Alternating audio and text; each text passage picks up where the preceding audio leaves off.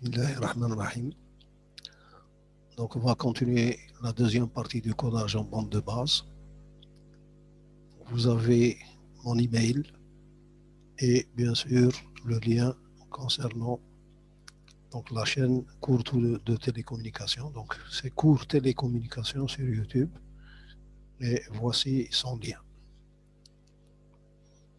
Donc, on avait vu la dernière fois donc l'introduction, les rappels sur les différentes définitions. On avait vu aussi la modulation par impulsion codée. Aujourd'hui, on va voir la notion de spectre. Si on dispose de signaux déterministes, si j'utilise la transformée de Fourier de ce signal déterministe, alors je vais obtenir donc le module et la phase. Ce module et la phase de la transformée de Fourier sont très utiles pour pouvoir voir dans le domaine des fréquences le comportement des signaux déterministes. Donc là, quand on utilise la transformée de Fourier, on va voir ce qu'on appelle l'interprétation fréquentielle du module et de la phase de cette transformée. On a un deuxième type de signaux qui sont des signaux aléatoires. Donc la différence entre le signal déterministe et le signal aléatoire, un signal déterministe, c'est un signal qui est prévisible. Ça veut dire que je peux prévoir une réalisation future de ce signal et je peux aussi, la plupart du temps, l'écrire sous forme d'une formule. Par exemple, x de t est égal à a cosinus oméga 0t plus phi. Donc ça, c'est un signal déterministe et je peux le déterminer à n'importe quel moment. Par contre, les signaux aléatoires,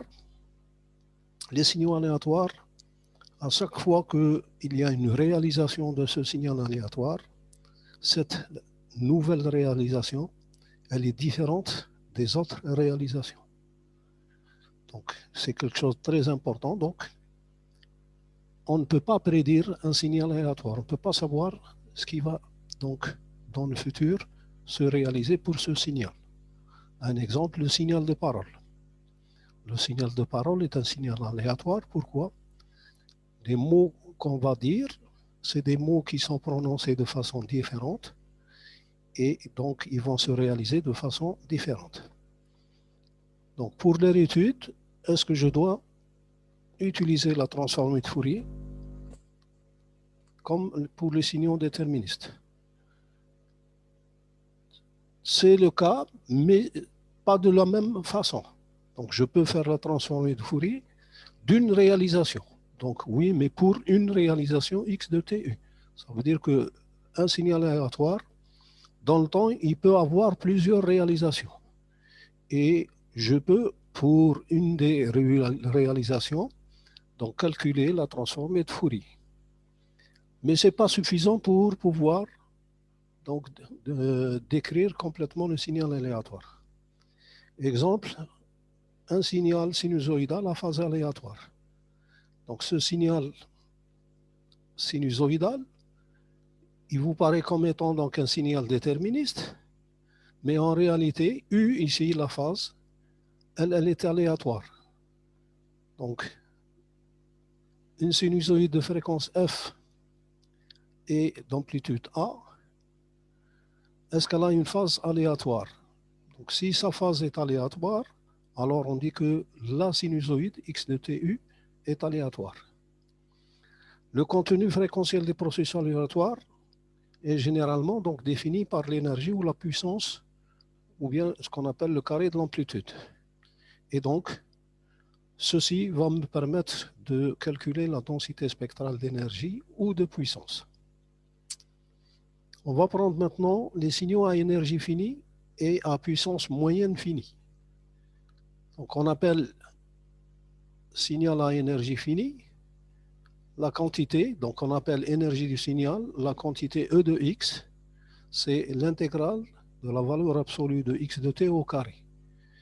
Donc c'est aussi la valeur, donc l'intégrale de la valeur absolue de la transformée de Fourier. Donc x de t et x de f sont une paire de transformées de Fourier. Et là aussi, je prends le modulo carré df.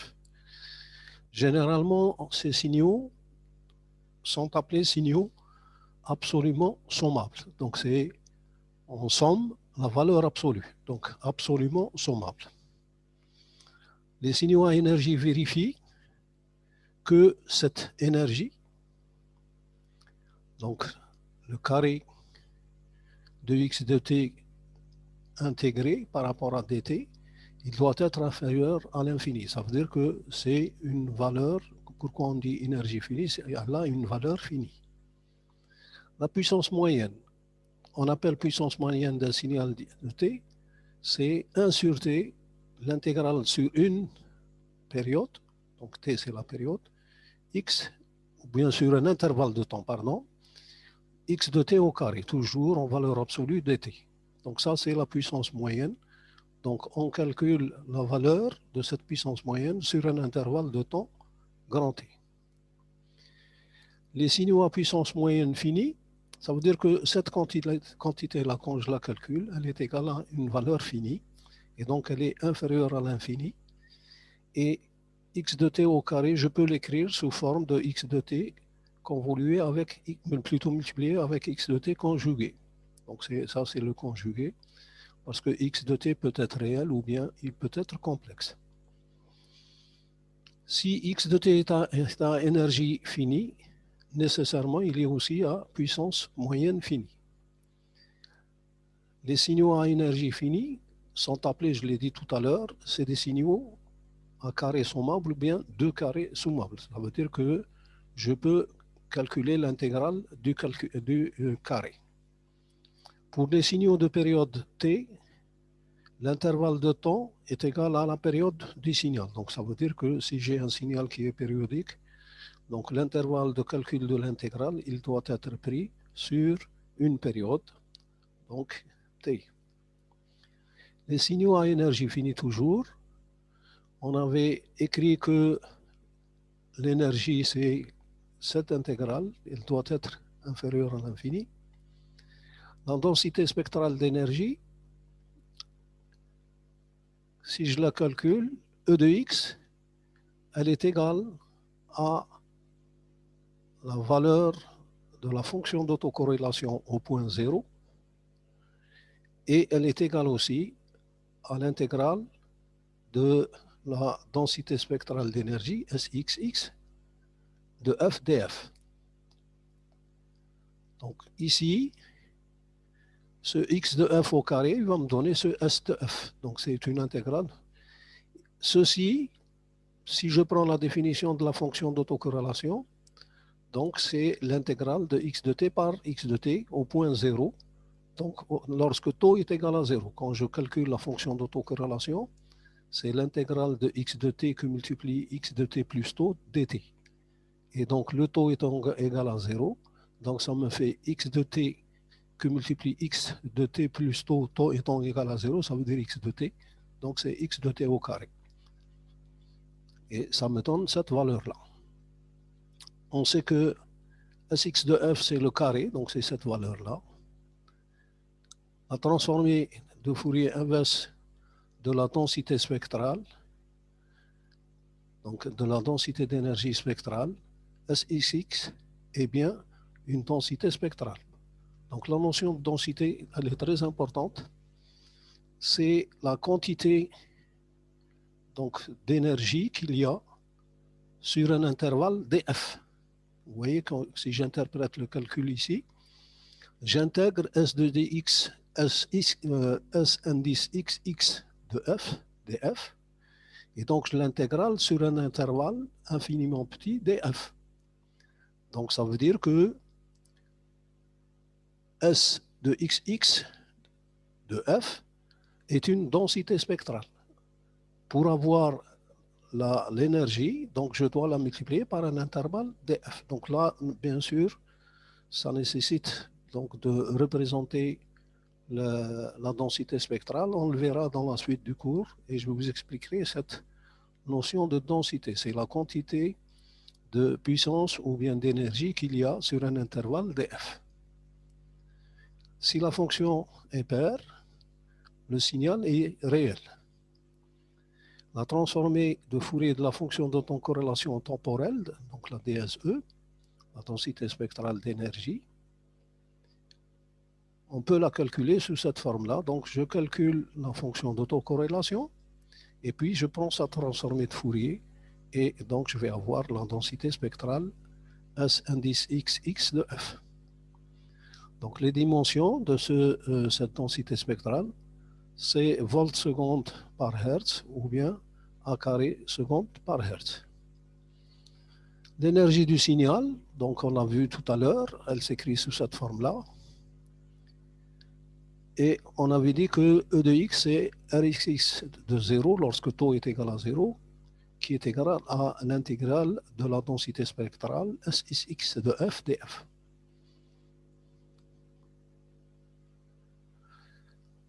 Densité spectrale de puissance. Donc pour la puissance, on va prendre la fonction d'autocorrélation temporelle et on va calculer sa transformée de Fourier. Donc la fonction d'autocorrélation temporelle, par transformée de Fourier, je vais obtenir ceci. Et donc, ça va me faire Rx, donc parce que ça, c'est la fonction d'autocorrélation. Et ceci, c'est l'exponentielle qui rentre dans le calcul de la transformée de Fourier. Donc, de Jπ f taux des taux. Donc, la dimension, c'est V carré par Hertz ou bien A carré par Hertz. Donc, c'est en ampères ou bien en volts. Relation avec la transformée de Fourier.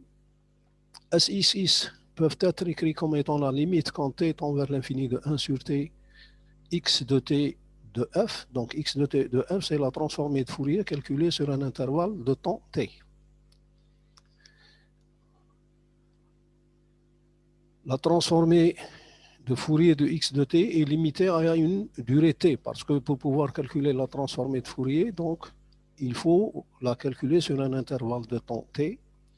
Et bien sûr, lorsque ce t tend vers l'infini, je vais obtenir la densité spectrale de la densité spectrale, soit d'énergie, soit de puissance.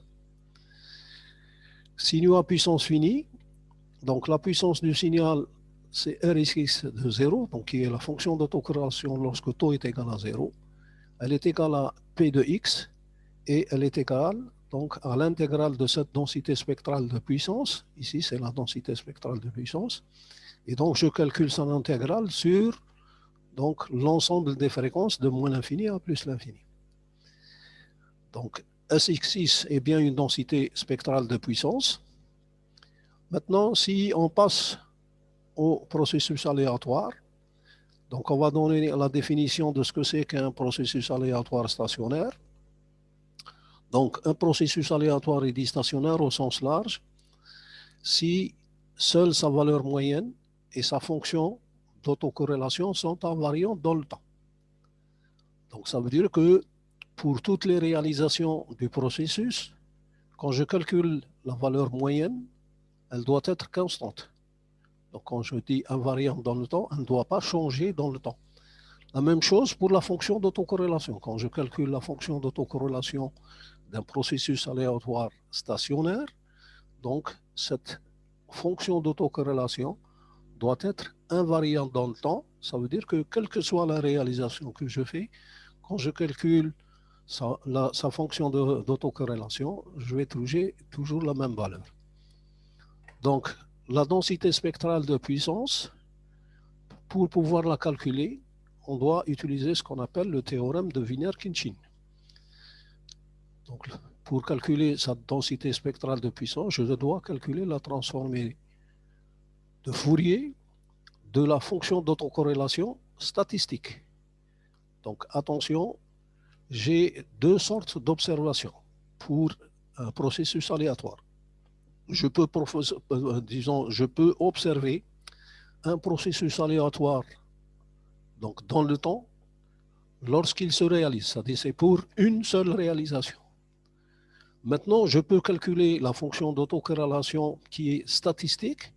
Ça veut dire quoi? Ça veut dire que je calcule, je vais faire l'observation temporelle de plusieurs réalisations et je vais calculer la fonction d'autocorrélation sur toutes ces réalisations qui sont sur une durée de temps donnée. Donc attention, c'est la fonction d'autocorrélation statistique. Donc statistique, ça veut dire c'est plusieurs réalisations du processus aléatoire. Donc statistique, donc si je prends le calcul statistique, donc je vais calculer la densité spectrale de puissance qui est la transformée de Fourier de la fonction d'autocorrélation. Maintenant, deuxième condition, c'est ce qu'on appelle un processus aléatoire ergodique. Donc l'ergodisme, il concerne la possibilité que la valeur moyenne temporelle, donc xn de t, donc bar ici, ça veut dire c'est la moyenne, et donc sur le signal xn de t, n étant le nombre de réalisations, donc soit x0, x1, x2, x3, donc il y a plusieurs réalisations, et je dois faire la valeur moyenne sur plusieurs. Donc cette valeur moyenne, il faut qu'elle soit une quantité certaine. Donc cela veut dire que le moyen âge temporel sur une réalisation, il doit être indépendant de la réalisation. Donc on avait dit que pour un processus aléatoire, il y a plusieurs réalisations, et quand je calcule la moyenne temporelle sur une réalisation, donc c'est comme si je l'ai calculé pour toutes les réalisations, et elle doit être donc une quantité certaine, donc une quantité qui est connue pour toutes les réalisations. Donc quelle que soit la réalisation, je vais trouver toujours cette valeur moyenne temporelle qui est constante. Pour l'estimation de la fonction d'autocorrélation statistique, donc de la densité spectrale de puissance à partir de la fonction d'autocorrélation temporelle, des réalisations donc disponibles du processus aléatoire. Donc ici, on a fait de telle sorte que si le processus est aléatoire, stationnaire et ergodique, quand je calcule cette relation-là, c'est comme si j'ai calculé comme si j'ai fait le calcul de la fonction d'autocorrélation, donc statistique.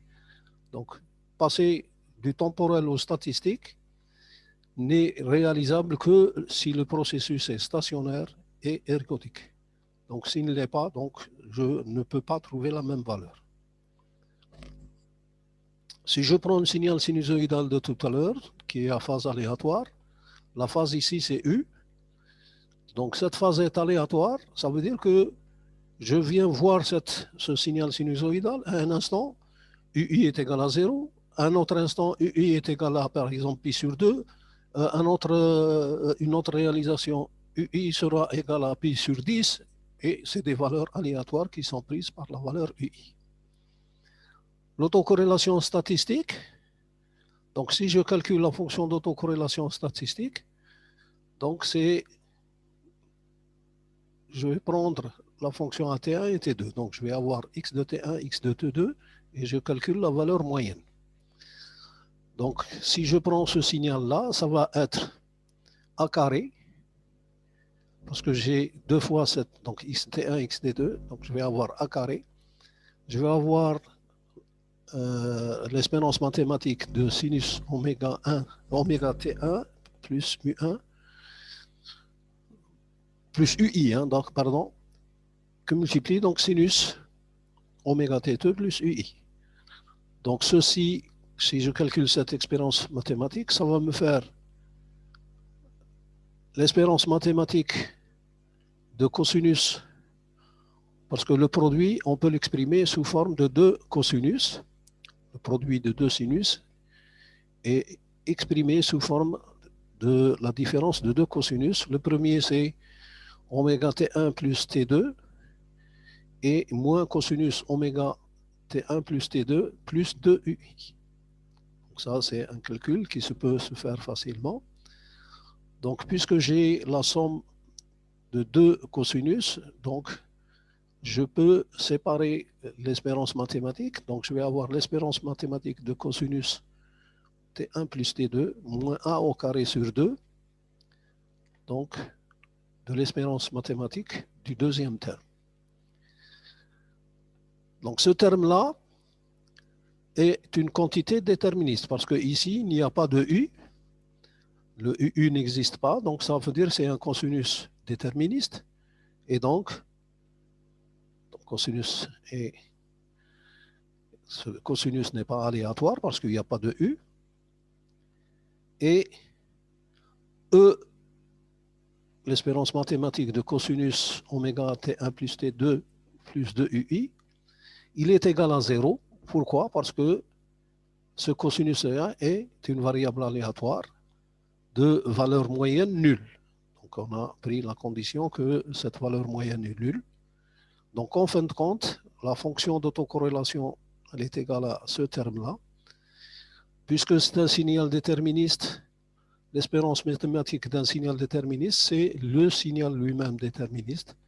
Et donc, si T1 plus T2, je vais poser qu'il est égal à 2. Donc, ça va me donner A carré sur 2 cosinus oméga tau, qui est égal à Rx de tau, donc directement. Donc, ça, c'est la fonction d'autocorrélation d'un signal sinusoïdal à phase aléatoire. Donc, la fonction d'autocorrélation, on a vu qu'elle dépend de taux qui est donc T2 moins T1 ou bien T1 moins T2. La valeur moyenne est indépendante du temps et le processus est dit stationnaire au sens large. Donc, si la valeur moyenne est indépendante du temps, le processus est stationnaire au sens large. Toujours la même sinusoïde, on va voir l'autocorrélation temporelle pour une réalisation UI donnée de la phase. Donc, je vais avoir x de t par x de t, donc le conjugué. Donc, je vais avoir a carré sinus oméga t plus ui et sinus oméga t plus tau ui. Donc, ça, c'est la définition tout simplement de la fonction d'autocorrélation ici. Et donc, ce phi de xx, donc même son écriture pour l'autocorrélation temporelle, ce n'est pas le grand R, mais c'est un phi xx. Et qu'est-ce que ça va donner? Ça va donner tout simplement comme tout à l'heure, a carré cosinus de pi f0 tau, qui est égal à Rxx. Donc, la fonction d'autocorrélation temporelle ou statistique sont identiques pour ce cas d'exemple.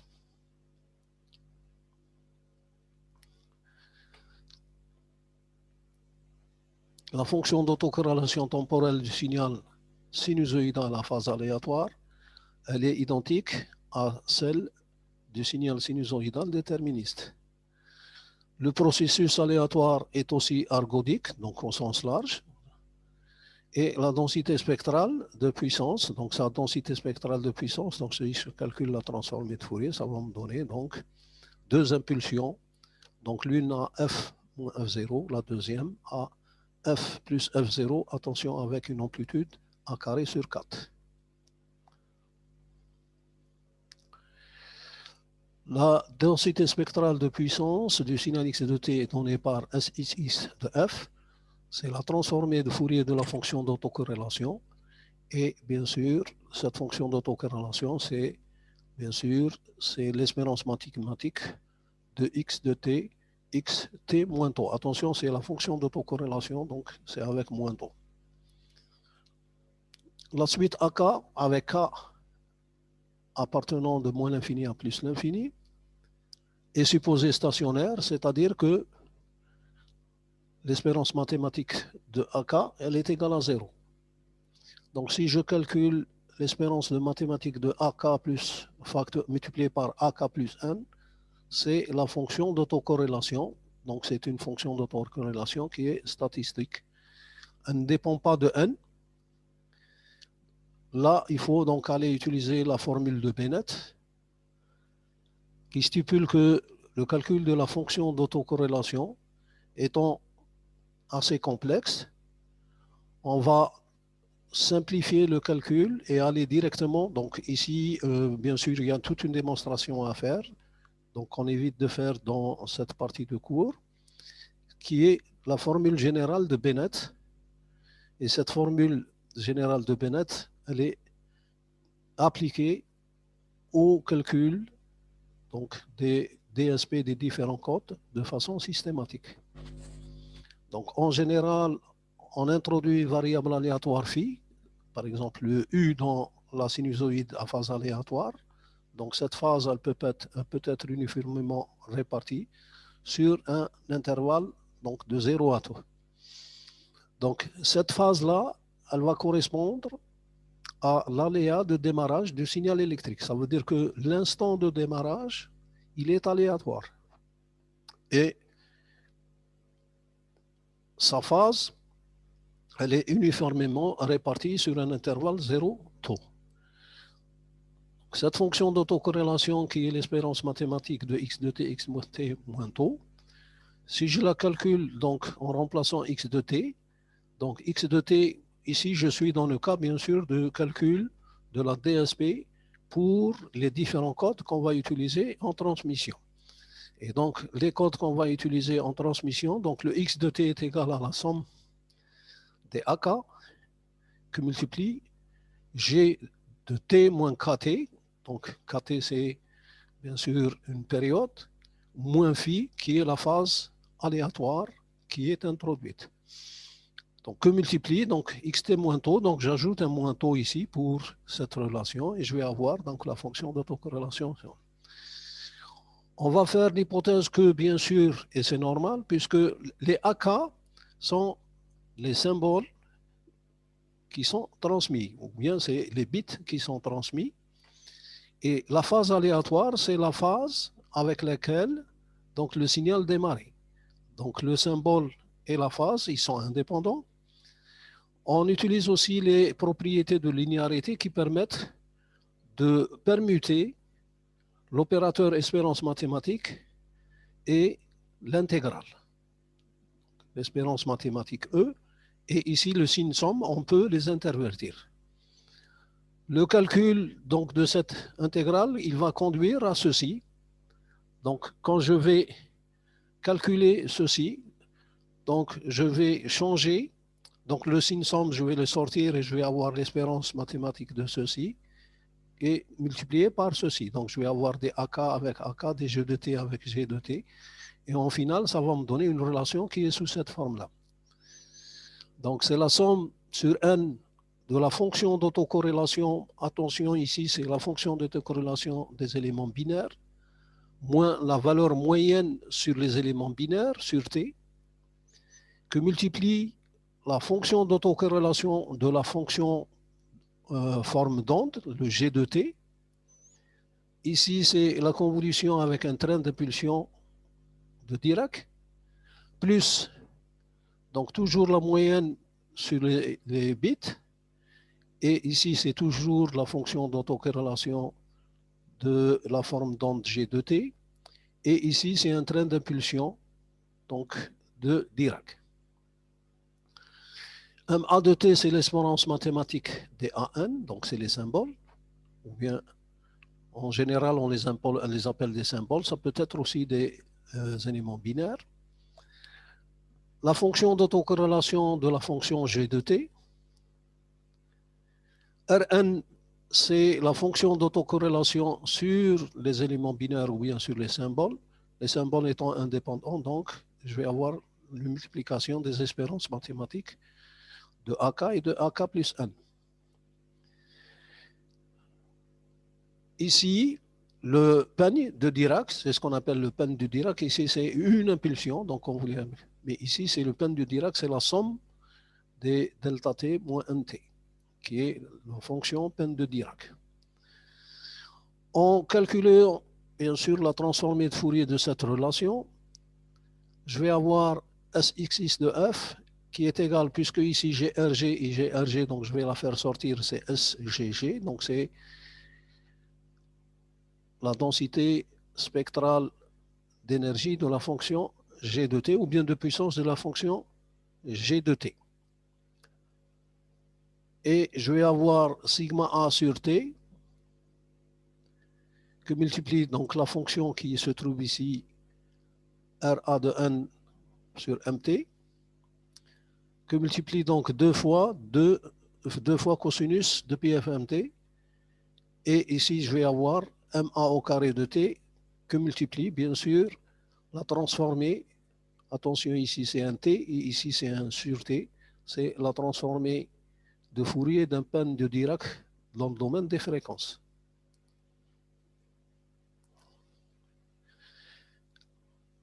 en prenant HF, c'est la transformée de Fourier de H de T.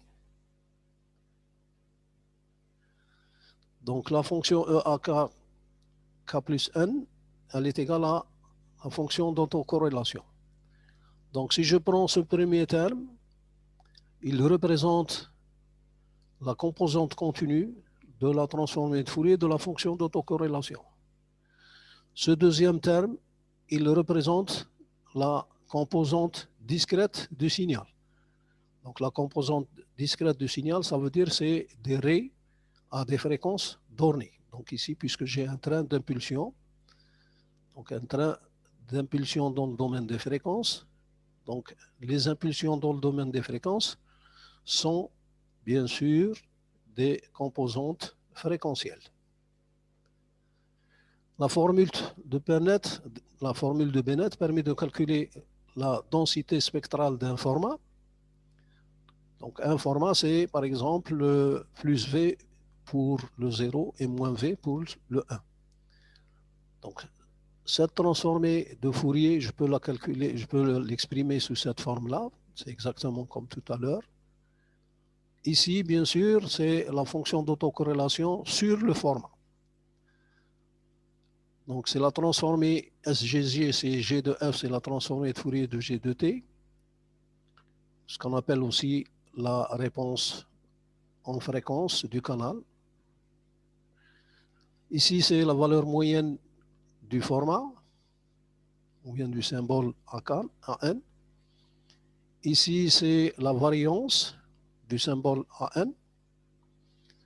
Ici, c'est la fonction d'autocorrélation centrée du format A4. Donc, centrée, c'est parce que j'ai pris l'espérance mathématique de AN moins la valeur moyenne. Donc, c'est le gamma K, il a remplacé le Rm de A moins la valeur moyenne au carré sur T. La transformée de Fourier du format AK ou bien du symbole, c'est l'espérance mathématique de AN et AN, N-K. La fonction pi de Dirac, donc la peine de Dirac, 1 sur T, dans le domaine des fréquences, c'est la somme sur G de G de K sur T au carré que multiplie le train d'impulsion à des valeurs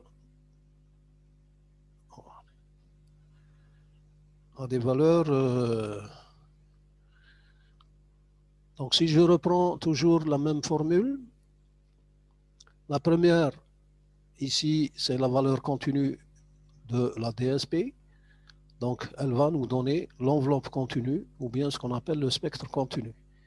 Ici c'est un spectre, donc c'est fournit un tracé discret, c'est à des valeurs temporelles données, plutôt fréquentielles données, de spectre de raies. La version simplifiée de la formule de Bennett, c'est un cas est intéressant où les symboles AK sont indépendants, donc par exemple dans le cas du code binaire, et stationnaire bien sûr, donc lorsque ces formats sont stationnaires, la fonction d'autocorrélation du format signal est donc donnée par l'autocorrélation de la valeur centrée, de l'espérance mathématique de la valeur centrée, c'est la fonction d'autocorrélation des formats moins la valeur carrée, et ceci, elle est égale à 0. Donc on prend ce cas, et cette formule-là, elle devient de façon simple. Donc sigma OK sur T, G de F en module au carré, et ça c'est la valeur du tracé discret du spectre de raies. Donc cette formule, elle est simple. Donc les symboles sont indépendants et ils ont une valeur moyenne nulle. Et à ce moment-là, donc si j'ajoute encore cette condition que ici les symboles sont indépendants et ici c'est indépendant, donc les symboles sont indépendants et ils ont une valeur moyenne nulle. Une valeur moyenne nulle, ça veut dire que ce terme même A est égal à 0, donc tout ce terme-là il va disparaître et il me reste seulement la valeur continue du spectre du signal. Donc ceci est égal à S ici de F qui est égal à sigma A au carré sur T, module de G de F au carré. Donc maintenant, on va attaquer le format et les codes, donc la deuxième partie. On va voir les différents formats, les différents suivants. Donc généralement, un symbole qui est 0 ou 1, il est représenté par un signal S de T de durée finie qu'on appelle format. Donc des fois, soit on utilise S de T ou bien X de T. Le code signifie que le message, qui est considéré comme une suite de symboles binaires, a été transformé en une autre suite de symboles qui sera bien sûr transmis, donc ce signal est transmis suivant un certain format. Donc les codages, je peux avoir un codage à deux niveaux, plus A, moins A. Et c'est ce qu'on appelle les codes biphasés. Et ces codes biphasés, on remarque qu'il y a une augmentation du rythme de transition. Donc à chaque fois, je passe de plus A à moins A quand il y a un 1 ou un 0. Il y a aussi les codages à trois niveaux. Donc ici, j'utilise trois niveaux, plus A, le 0 et moins A. Là aussi, c'est l'augmentation du nombre de niveaux dans le cas du code bipolaire. Les différents types de codage qu'on peut trouver, c'est le NRZ, donc c'est le code non-return to zero. Donc ça veut dire que durant un symbole, la valeur qui est prise par le symbole, c'est soit 0 et A. Donc, durant le symbole, c'est soit plus A, soit moins A pour la deux niveaux. Si je prends le cas de trois niveaux, donc c'est soit 0, soit moins A, soit plus A. Donc, non-return de 0, ça veut dire que durant toute la durée du symbole, le signal prend la même valeur. Ici, le signal, il est toujours avec non-retour à 0, mais il est inversé. Donc, il y a une inversion qui se fait. On le verra par la suite. On a ce qu'on appelle aussi le code de Manchester. On a aussi le Manchester différentiel, le code de Miller et le code unipolaire.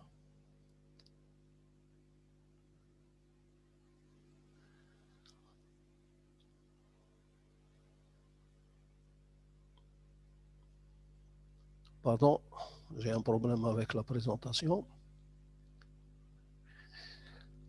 Choix du mode de codage, ou bien comment on fait le choix du code. On doit réaliser une adéquation entre la bande du code en bande de base et la bande du canal de transmission. Donc là, ça veut dire qu'on doit adapter la bande du code à utiliser à la bande passante du canal. Donc ça, c'est très important. Donc le signal, on doit lui permettre de passer sur le canal de transmission avec toutes les fréquences qu'on veut qu'elles soient transmises. Donc s'il n'y a pas une adéquation entre ces deux canaux, donc une bonne partie du signal en bande de base peut être coupée par le canal. Et donc si elle est coupée par le canal, ça veut dire qu'il y a déformation du signal. Et donc le signal, même si la transmission est parfaite, quand il va arriver à la réception, il va lui manquer des éléments et donc il sera déformé. Généralement, quelles sont les causes pour lesquelles on doit réaliser un codage? Donc principalement, c'est pour supprimer la composante continue du signal, surtout lorsqu'on utilise des supports métalliques tels que le câble coaxial ou bien les paires symétriques. À la réception, ce codage doit nous permettre une détection plus simple des erreurs de transmission. Donc, je dois avoir un moyen pour pouvoir détecter de façon simple les erreurs de transmission à partir du code. Ici, quels sont les critères à optimiser pour le choix du code? Le débit doit être maximisé. Donc, ça veut dire que je peux augmenter le débit de façon disons, si j'augmente le débit de telle sorte que je puisse transmettre une quantité importante de bits sur un support donné. Et ceci, c'est pour rentabiliser, bien sûr, le support. Deuxième critère, c'est que au niveau de la réception, il faut que je puisse récupérer l'horloge du signal à partir du signal lui-même qui a été transmis. Une bande passante qui s'étend jusqu'aux fréquences continues, elle va impliquer qu'on va avoir des systèmes avec des solutions électriques plus complexes. Donc ça va être un peu compliqué. Pourquoi? Parce que généralement, la fréquence 0, si elle est transmise au niveau des circuits, il peut exister des transformateurs qui vont empêcher cette fréquence de passer. Maintenant, on va voir les différents types de signaux. On va commencer par le signal binaire. Le signal binaire, c'est un signal carré périodique. Donc là, j'ai pris un dessin lorsque T, c'est 100 nanosecondes. La fréquence, ça veut dire qu'elle est 10 MHz. Un temps de transition donc, qui est autour de 1 nanoseconde. Une durée de à peu près 50 nanosecondes et bien sûr une amplitude de 1 volt. Si je calcule à l'aide de MATLAB, par exemple, sa transformée de Fourier, je vais obtenir un spectre de Ré, de signal carré périodique, un spectre de Ré. Donc c'est important en traitement de signal de savoir que tout signal périodique va donner un spectre de Ré. Et ici, on voit bien les différentes raies et les valeurs de ces raies. Si je prends le signal aléatoire binaire, donc avec des valeurs 0, 1, 0, 1, 0, donc il est aléatoire, donc ce n'est pas le même que celui-là, parce que ici c'est un signal binaire périodique, donc il est toujours connu. Ici non, il est aléatoire. Pourquoi? Parce qu'il dépend des AK ici, donc de la suite binaire, et le fait qu'il suive cette suite binaire, on va calculer les coefficients de la série de Fourier, les Cn plus, et ici c'est le C0. Et donc vous voyez qu'il y a un sinus cardinal qui va apparaître avec une amplitude donnée. Et le signal binaire aléatoire, regardez, ce n'est pas le même que ici. Ici c'est un spectre de Ré, ici c'est un spectre qui est continu. Donc c'est un sinus cardinal au carré. Et ce qui est important à remarquer, c'est que le lobe principal, ici, il va contenir la majeure partie de l'énergie. Et ceci, il va contenir le maximum d'énergie, donc la majeure partie de cette énergie. Maintenant, on va voir ce qu'on appelle les formats RZ. Donc dans les formats RZ, on a le unipolaire et le bipolaire. On va commencer par le RZ unipolaire. C'est le signal retour à zéro. Et unipolaire, il est obtenu à partir d'une impulsion rectangulaire G de T, de durée TS sur 2 et d'amplitude A. Pourquoi? Parce qu'ici, on a un retour à zéro. Ça veut dire que durant le symbole, la fonction G de T, elle va revenir à zéro. Elle est égale à une amplitude A pendant le TS sur 2 et elle est égale à 0 dans le TS sur 2 suivant. Et l'alphabet qu'on va transmettre, donc les symboles, c'est soit plus 1, soit 0. Donc je suis dans le cas de l'unipolaire. Unipolaire, ça veut dire qu'il y a un seul pôle qui est plus 1. La forme d'onde, c'est un signal carré. L'amplitude, c'est A. Et la durée, c'est TS sur 2. Le codage, lorsque le bit est égal à 0, je vais avoir un 0. Lorsque le bit est égal à 1, je vais avoir une impulsion qui dure seulement, une impulsion donc d'amplitude A, et qui dure seulement jusqu'à TS sur 2. Si je prends une séquence binaire, qui est AK, ou bien des fois on l'appelle aussi M de T, l'horloge, donc je reprends cette séquence ici, Et je vais donc voir les différentes valeurs que va prendre le signal RZ. Donc un bit, c'est un symbole, et donc je vais avoir TB qui est égal à TS. Ici c'est TB, mais qui est égal aussi à TS.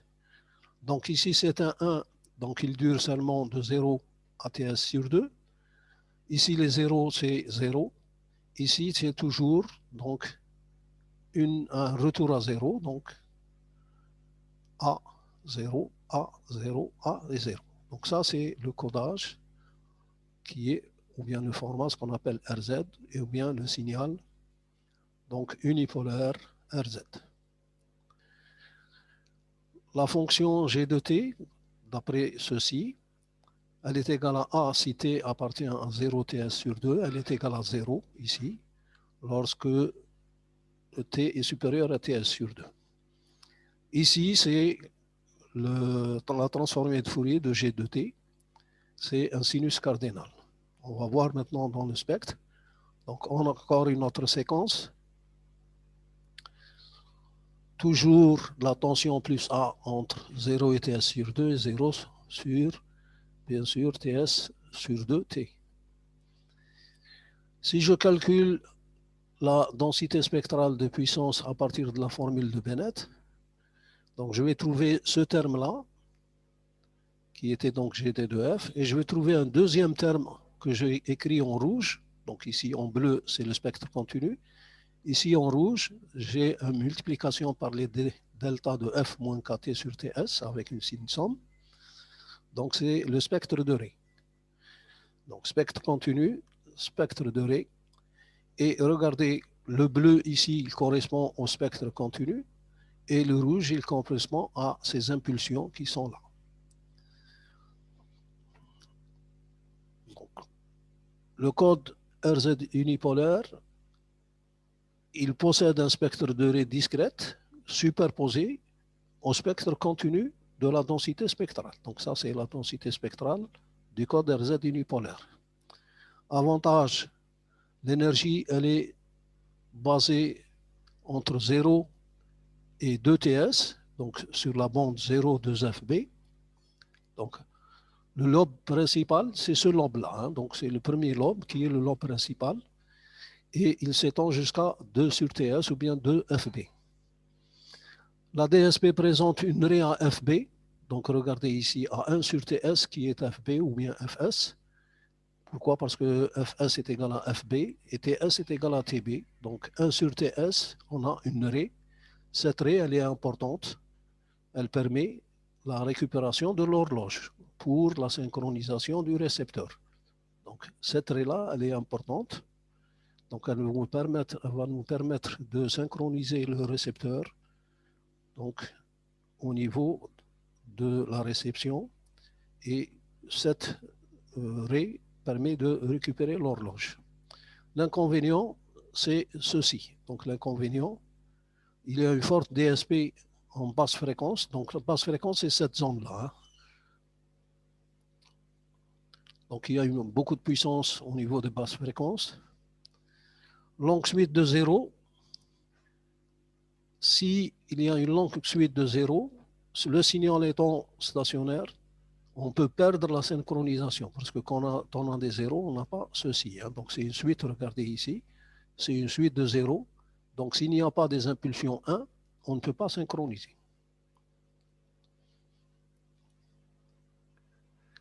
Donc, j'ai pris un exemple avec le D qui est égal à 10 kilobits, donc le débit. TB étant égal à TS égal à 0,1 milliseconde. Et j'ai pris une tension qui est de 100 volts. Donc, je vais voir, regardez. Donc, ça, c'est l'expression en bleu qui est la partie continue du spectre. Et ça, c'est la partie en rouge qui est le spectre de Ré. Et donc, je vais avoir donc, les fréquences ici, de part et d'autre. Et regardez qu'est-ce qui va se passer. Donc, ici, je vais prendre le bleu. Ici, c'est le spectre en bleu. Attention ici, je fais le log de cette relation. Donc, la première courbe ici et la deuxième courbe ici. sont obtenues, surtout celle-ci, elle est obtenue à partir de celle-ci en calculant le log de l'expression ici. C'est en dBV, puisque c'est en volts, par Hertz. Donc ça, c'est une représentation logarithmique de l'amplitude. Et bien sûr, les raies, on va les retrouver même dans la représentation logarithmique. Il y a un spectre de raies, donc une synchronisation directe est supposée, à condition qu'il n'y ait pas de longue suite de 0. La largeur du lobe principal, elle est égale à 4 sur TS. Il y a l'existence de lobes secondaires qui continuent. Ici, je ne les ai pas représentés. Et ça veut dire que la bande passante du signal, elle est infinie. Donc, si je la fais passer à travers un canal de bande limitée, donc il y aura une perte d'information. Toujours dans la représentation, donc j'ai un train binaire qui est représenté dans un cas réel. Et par calcul de FET, je vais avoir donc la densité spectrale de ce signal. Et donc c'est un spectre continu puisque le signal est aléatoire. La moyenne du signal émis est non nulle. Donc ici, la moyenne n'est pas nulle. Pourquoi? Parce que j'ai un signal unipolaire. Donc on a des plus 5 volts et 0 volts. Et j'ai une moyenne qui est autour de cette valeur-là. Elle n'est pas nulle. Je vais avoir donc une raie spectrale à F sur T. F égale à 1 sur T, qui est la raie principale pour la récupération de l'horloge. Dans ce cas-là, j'ai pris ce qu'on appelle un code RZ à 50%. 50%, ça veut dire qu'entre 0 et TS sur 2, je vais avoir un A. Et de TS sur 2 à T, je vais avoir un 0. Donc, c'est la moitié du temps, donc c'est 50%. Car il est nul sur la moitié du temps, ce phénomène de remise à zéro de code est un phénomène répétitif, c'est normal. Cette remise à zéro se fait avec une transition toujours descendante, parce que je suis à A et je passe à 0. Et cette transition, elle va donner une fréquence de répétition des impulsions à la fréquence 1 sur TS et ses multiples impairs. Par contre, la mise à zéro systématique double le nombre de transitions. Et donc, si j'ai un double de transition par rapport au NRZ, le spectre il va s'étaler sur une largeur de bande qui est 2 fois plus grande.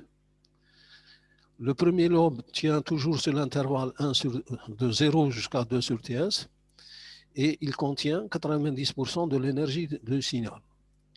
La bande passante de Nyquist, qui est de 0 à 1 sur TS, elle ne va contenir que 78% de l'énergie totale. L'énergie au départ n'est que un quart de l'énergie du code NRZ, donc non retour à 0. Un tel code sera plus sensible aux perturbations du milieu de transmission, donc il sera plus faible. Maintenant, on va voir les formats NRZ. Donc, on va voir le NRZ bipolaire. Donc, c'est un non-retour à 0 et en même temps, il est bipolaire. Donc, il a deux particularités. Donc, non-retour à 0 et la bipolarité.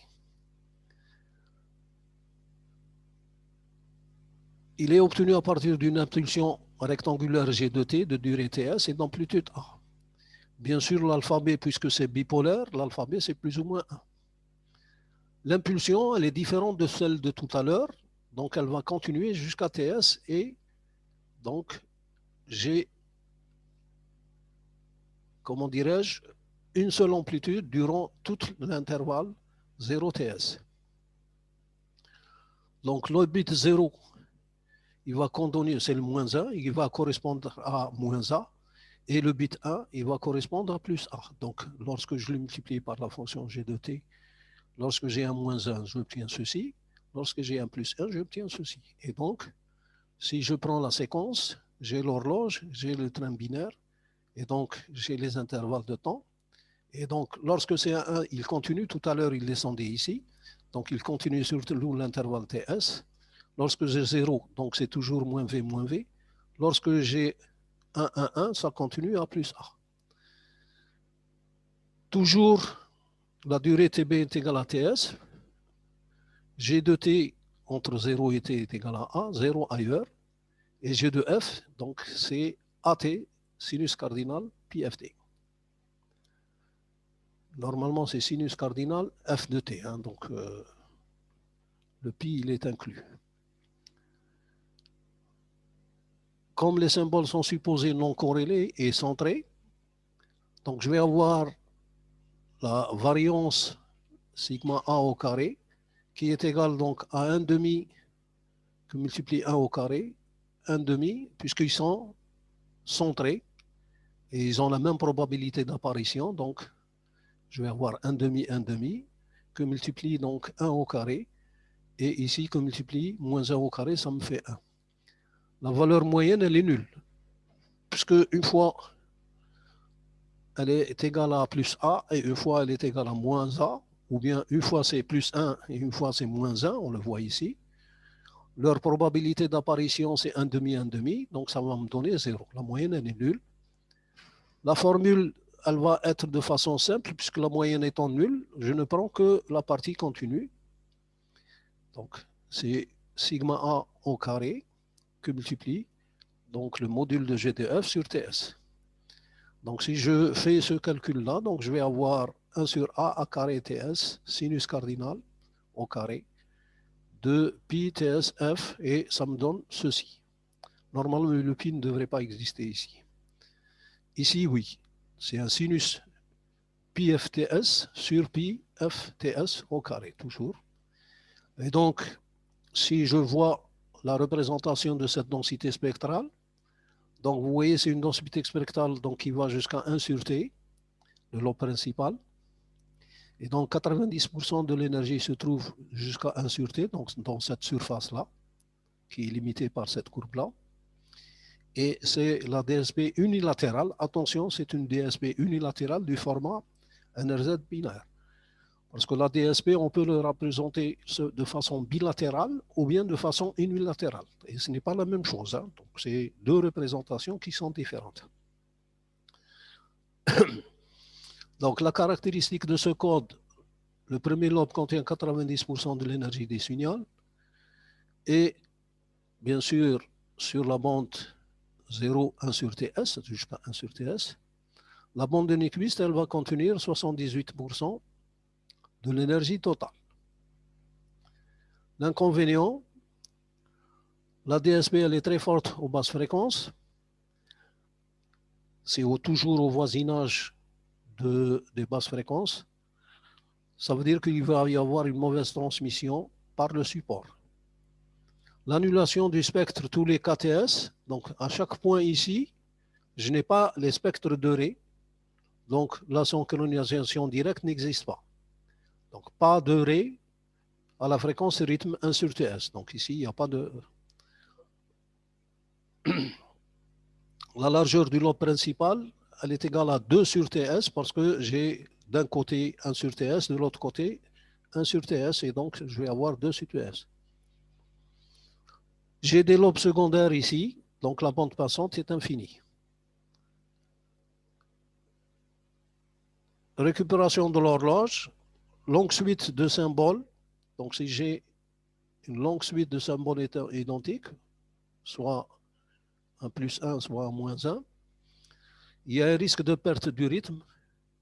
Et utilisation de ce type de signaux, lorsqu'on utilise donc la transmission V24, RS232, RS441, donc c'est tous ces codes-là qui vont, plutôt tous ces types de transmission, vont utiliser le mode NRZ. Le cas du NRZ bipolaire, donc ici, regardez, j'ai fait une représentation donc, qui est bilatérale. Donc j'ai côté unilatéral, deuxième côté unilatéral. Donc à 1 sur TS, il n'y a pas de fréquence. Et ici, c'est bien sûr la représentation bilatérale, mais logarithmique, point de vue amplitude. Ce qui est important, c'est que ici, dans la partie représentation logarithmique, il y a une comparaison entre le niveau du lobe principal et du lobe secondaire. Donc la différence en dB entre ces deux lobes, elle est de 13 dB. Ici, on ne le voit pas sur la représentation normale. Donc toujours dans le cas de NRZ, ici avec un signal réel qui est de moins 5 à plus 5 volts, avec une suite donnée de bits. Voilà ce que je vais obtenir. Donc ici, c'est bien sûr le lobe principal. Donc c'est toujours continu avec un lobe principal. Ici, c'est le deuxième lobe, troisième lobe, et ainsi de suite. Donc vous voyez que j'ai plusieurs lobes. Et donc le spectre est infini. En bleu ici, c'est l'enveloppe en 1 sur F. Et ce premier-là, c'est le lobe principal. Bien sûr, il n'y a pas de ré. Donc, s'il n'y a pas de ré, la récupération de l'horloge est un peu difficile. La plupart de l'énergie, elle est située entre 0 et FB. C'est quelque chose de bon. La composante continue n'existe pas.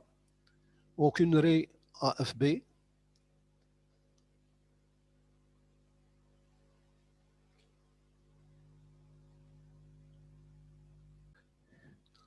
Donc, on va continuer avec les formats NRZ. Cette fois-ci, c'est le mode NRZI avec ce qu'on appelle le bit stuffing. Donc, c'est avec un ajout de bits. C'est le mode du bus USB. Donc, lorsqu'on utilise les bus USB, on utilise ce NRZI. Le bus, généralement, commence par un état, ce qu'on appelle idle state. Donc, c'est un état de repos qui est à l'état haut.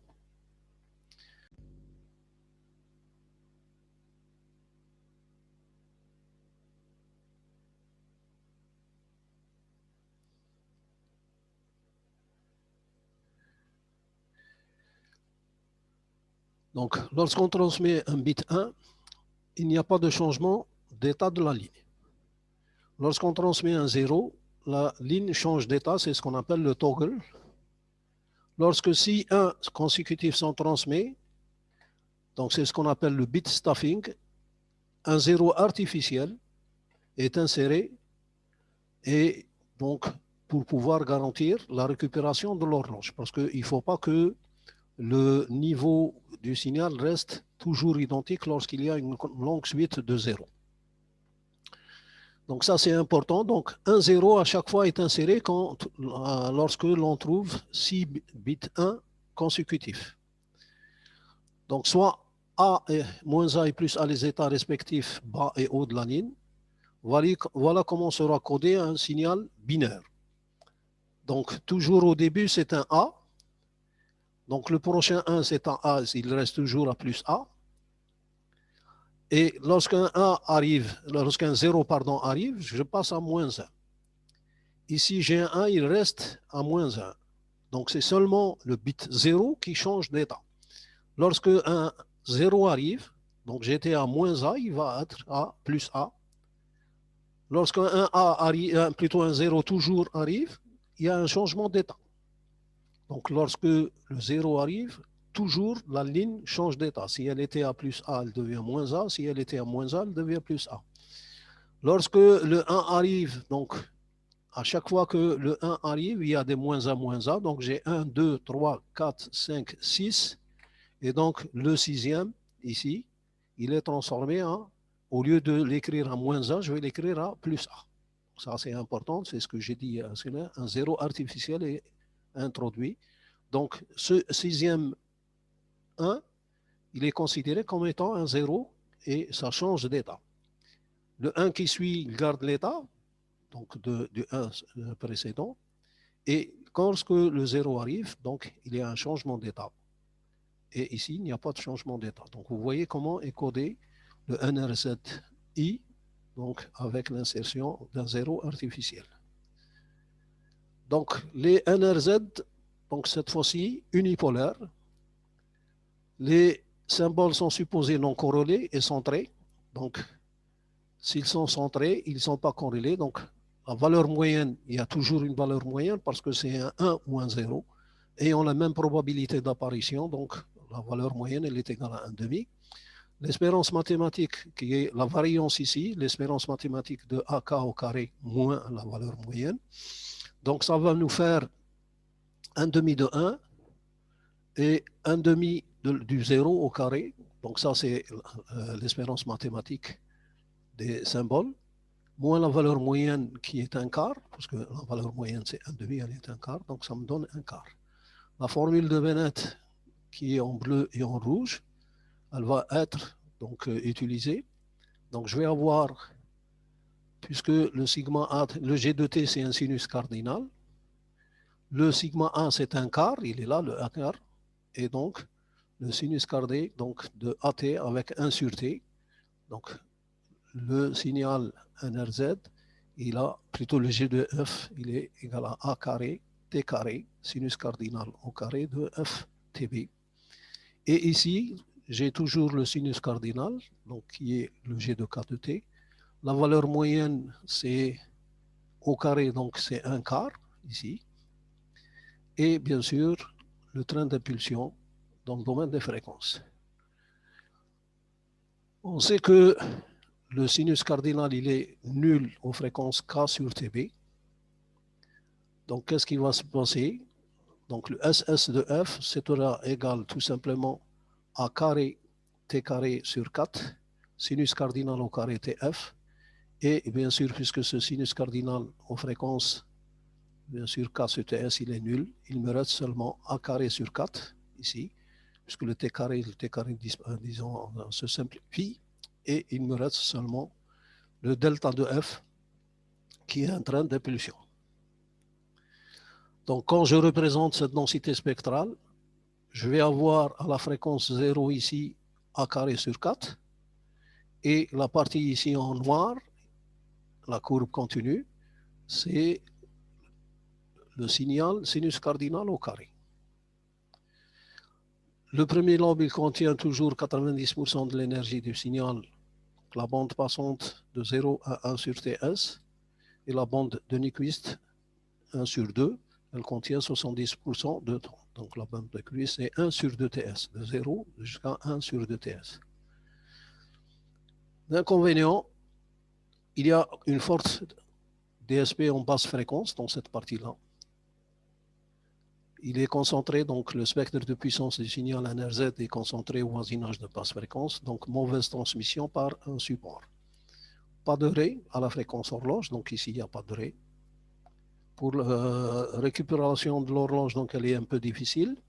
Longue suite de symboles identiques, donc il y a une perte du rythme, donc on ne peut pas récupérer complètement le rythme ou bien l'horloge. L'unipolaire présente une composante continue. L'unipolarité, parce qu'on l'a vu ici, le signal lorsqu'il est unipolaire, il y a une valeur moyenne qui n'est pas nulle, et donc obligatoirement, donc je vais avoir une composante continue. Comparaison entre format RZ et NRZ. Donc, première conclusion, c'est que ces deux codes sont mal adaptés au support de transmission. Le code binaire NRZ ne contient pas de fréquence à la fréquence horloge, donc on ne peut pas trouver directement ou sans transformation l'horloge de ce code qui doit être obligatoirement obtenu. Le cas pour un code destiné à véhiculer au loin une information numérique. Donc quand je veux transmettre une information numérique donc sur une certaine distance, au niveau de la réception, on doit pouvoir récupérer l'horloge de façon simple. Pour le spectre binaire NRZ et le RZ binaire présente toujours beaucoup d'énergie aux basses fréquences et en particulier, il peut comporter une composante continue. Cette présence de composante continue, elle est incompatible avec donc, la présence de transformateurs qui sont placés sur les lignes pour transmettre le signal. pour pouvoir pallier à ces inconvénients, il est nécessaire de changer les codes lors de la transmission en ligne. Donc cette opération, elle va s'appeler le transcodage. Donc jusqu'à présent, on n'a pas fait de codage, on a vu juste les formats. Maintenant, on va passer au codage, ou bien ce qu'on appelle le transcodage. Le transcodage, ça veut dire c'est le codage qui va permettre la transmission. Ou bien, en général, on parle de code en ligne. Ce code en ligne, il permet d'adapter le signal au système de transmission. Donc, c'est surtout le problème de bande passante. Notons que de même que la transmission en bande de passe ne permet des transmissions que sur des distances donc, assez courtes, de l'ordre de 30 km au maximum.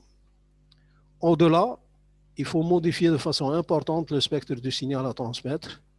C'est ce qu'on appelle la modulation ou la transmission large bande. Le format RZ bipolaire, donc on a vu que le signal, il revient à 0 à la moitié, donc entre 0 et TS sur 2. Nécessité de 3 niveaux, puisque c'est bipolaire. Donc bipolaire, bien sûr, c'est plus A, moins A, c'est ça la bipolarité. Mais étant RZ, on a aussi le 0 qui va apparaître. On associe ce code associé à chaque bit 1 un niveau plus A pendant une durée TS sur 2, puis un niveau 0 pendant T sur 2. Donc toujours TS sur 2. Hein. Un bit égal à 0 est associé à un niveau moins A, donc on le voit ici, moins A pendant une durée TS sur 2, puis un niveau 0 de TS sur 2 à T2. Le spectre, il est sous cette forme-là. Donc, vous voyez, le spectre est sous cette forme-là. Donc, il est plus large parce qu'on a plus de transitions par rapport au NRZ. Donc, ici, il n'y a pas de risque de perte de synchronisation. Pourquoi? Parce que chaque fois, il y a un saut, une transition d'un niveau à un autre. Ici, il y a la possibilité de trouver l'horloge par redressement double alternance. Donc, en faisant un redressement double alternance, on peut récupérer l'horloge et donc on peut dire que la synchronisation est facile. Puisqu'il y a des transitions ici entre le A est 0 et le moins A est 0, ceci permet de détecter les erreurs sans ajouter donc de bits supplémentaires sur le signal. Bon, je n'ai pas pu voir l'inconvénient. L'inconvénient, donc, c'est une forte DSP aux basses fréquences. Ça, on le voit. Et il n'y a pas aussi de fréquence au niveau horloge, malgré que je peux, avec un autre moyen, donc en faisant un redressement double alternance, de trouver le signal d'horloge. Les codes. Ces codes, ils consistent à remplacer une suite de symboles par une autre suite qui permet de supprimer la composante continue et BF. Donc, on doit enlever tout ce qui est composante continue et tout ce qui est basse fréquence. Injecter un maximum de transitions, donc le plus fréquente possible, pour la récupération de l'horloge. Et il doit permettre une mesure statistique du TEB, qu'on appelle aussi le BER. On remplace aussi un bit par un symbole. Donc, le nombre de symboles, s'il est égal à Q, donc je vais avoir la relation Q à la puissance M supérieure à 2 à la puissance N. Donc, on remplace un bit par un symbole. Code à 2 niveaux et rythme doublé. Donc, ce qu'on appelle le code Manchester. C'est un code biphasé. Donc, le bit 1 est codé par plus A entre 0 et TS sur 2 et moins A entre TS sur 2 et TS. En inverse, le bit 0 est codé par moins A entre 0 et TS sur 2 et plus A entre TS sur 2 et TS. Donc, voici la représentation de la fonction h de t ou bien g de t en général. Et ici, lorsque le bit est un 1, je vais obtenir ceci. Lorsque le bit est un 0, c'est l'inverse. Hein. Donc, on change la polarité de h de t. Exemple, une suite binaire, j'ai l'horloge. Donc, cette suite binaire, il est sous cette forme. Donc, un bit égale un symbole. Et donc, TB est égal à TS. Et vous voyez ici, lorsque c'est un 1, ici, il y a une inversion. Là, ça continue. Ici, il y a une inversion. Ici, ça continue. Et donc, vous voyez, c'est ça le code de Manchester. Sa transformée de Fourier, donc plutôt sa DSP, du biphasé, elle s'écrit sous cette forme-là. Donc, il n'y a pas de composante discrète. C'est le spectre continu. Ici aussi, c'est le spectre continu. Donc, on a sinus au carré, ça nous donne ceci. Et donc, je vais avoir un sinus. Donc, la densité spectrale, voilà comment elle est. Donc, attention, c'est une densité spectrale unilatérale. Hein. Donc, ici, le 1 sur TS, il se trouve ici. Donc, il y a une raie, en quelque sorte. Et vous voyez que ici, la largeur du lobe principal, elle est jusqu'à 2 TS. Pourquoi? Parce qu'on a des transitions. Ce qui est important, donc il n'y a pas de basse fréquence et il n'y a pas de composante continue. Mais en contrepartie, j'ai une bande passante qui va aller jusqu'à donc 2 sur TS par rapport au codage NRZ. Le premier lobe, il contient 80% de l'énergie totale et il tient bien sûr dans une bande 2 fois plus grande. Ceci impose bien sûr au support d'avoir une bande passante qui est au moins, qui est supérieure à 2 fois cette largeur-là du signal jusqu'à 2 TS. La largeur de bande étant plus grande, obligatoirement, la puissance de bruit sera doublée. Le maximum du premier, il se situe à 0,75 ici, à 0,75 TB, et la bande de Nyquist, 1 sur 2 TS, elle est de 65% de l'énergie totale. La bande passante B, c'est 2 sur TB. L'intervalle de temps séparé en deux, donc chaque symbole est codé par 2 demi-bits, une transition, parce qu'il y a une transition au niveau de chaque bit. Hein. C'est plus A moins A, donc il passe de plus A à moins A, ATS sur 2, et inversement pour le 0. Le spectre n'est pas nul à la fréquence symbole, donc ici, à ce niveau-là, il a cette valeur-là, donc le spectre n'est pas nul, donc il y a une synchronisation possible. L'absence de composante continue, ça on l'a dit. L'inconvénient, il y a donc un double de la fréquence d'horloge. Et si la fréquence horloge est doublée, donc ce n'est pas bien ou bien approprié pour le haut débit. Parce que la fréquence est double, si le débit est assez important, donc le débit sera encore plus important. L'utilisation, très employée, il s'agit de transport du 2 mégabits ou 1 mégabits supercoaxial. Donc on utilise ce code, le code Manchester, pour transmettre sur sur un support qui peut aller à 2 mégabits ou bien 8 mégabits.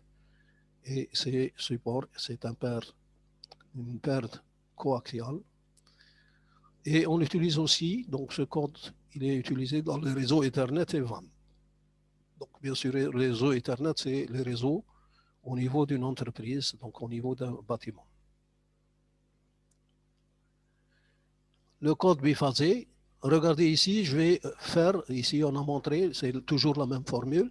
Ici, on a la représentation bilatérale. Donc tout à l'heure, on avait la moitié, maintenant on a le double bilatéral. Donc en prenant les valeurs de débit de 10 kilobits, la durée TS égale à TB qui est égale à 0,1 milliseconde et la tension V-volt. Donc je vais avoir ici le spectre qui est représenté en logarithmique et la valeur ou bien la différence de niveau entre le lobe principal et le lobe secondaire, elle est de 10 dB. Donc le spectre n'est pas nul à la fréquence symbole, 1 sur TS, ici. Largeur du lobe principal, c'est, vous voyez, c'est de ce point-là jusqu'à ce point-là, donc 4 sur TS. Il y a existence des lobes secondaires, ici on n'a montré qu'un seul. Donc la bande passante est infinie.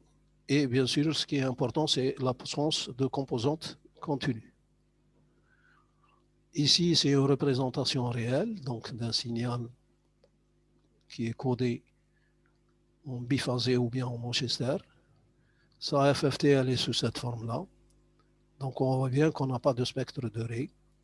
Et ici, puisque le débit, je n'ai pas donné les valeurs, donc ici, c'est le lobe principal, le lobe secondaire, et ainsi de suite. Donc, ceci termine cette partie-là. Je vous remercie. Donc, aux prochaines séances concernant le codage en bande de base